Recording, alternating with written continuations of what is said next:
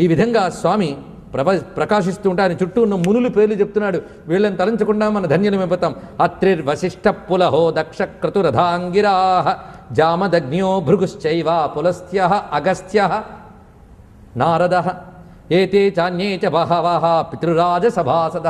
అది పితృరాజ సభ అన్నారు. పితృరాజు అంటే ఈయనేనండి. నశక్ష పరిశంఖ్యాతుం నామభికర్మభిస్తదా. అక్కడ ఇంకా ఎంతమంది ఉన్నారంటే లెక్క పెట్టలేవు, అంతమంది ఉన్నారు అన్నాడు. పైగా అందులో మరికొందరు కూర్చున్నట్ట వాళ్ళు ధర్మశాస్త్రాన్ని వ్యాఖ్యానించి చెప్పగలిగే ధర్మవేత్తలు ఉన్నట్ట. ధర్మరాజు కదండి, ధర్మానికి సంబంధించిన వాళ్ళందరూ ఉన్నారు. వ్యాఖ్యాభిర్ధర్మశాస్త్రాణం నిర్ణేతారో యథాతథం సేవంతే ధర్మరాజంతే శాసనాత్ పరమేష్ఠినః.